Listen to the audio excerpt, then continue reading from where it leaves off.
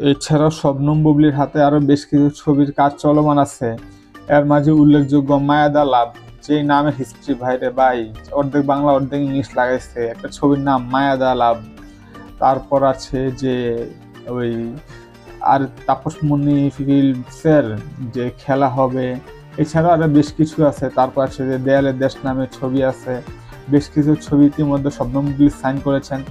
অনেকগুলো ছবির শুটিং শুরু হয়ে গেছে, অনেকগুলো শেষের পথে আছে, আবার অনেকগুলো ছবি মুক্তির পথে আছে।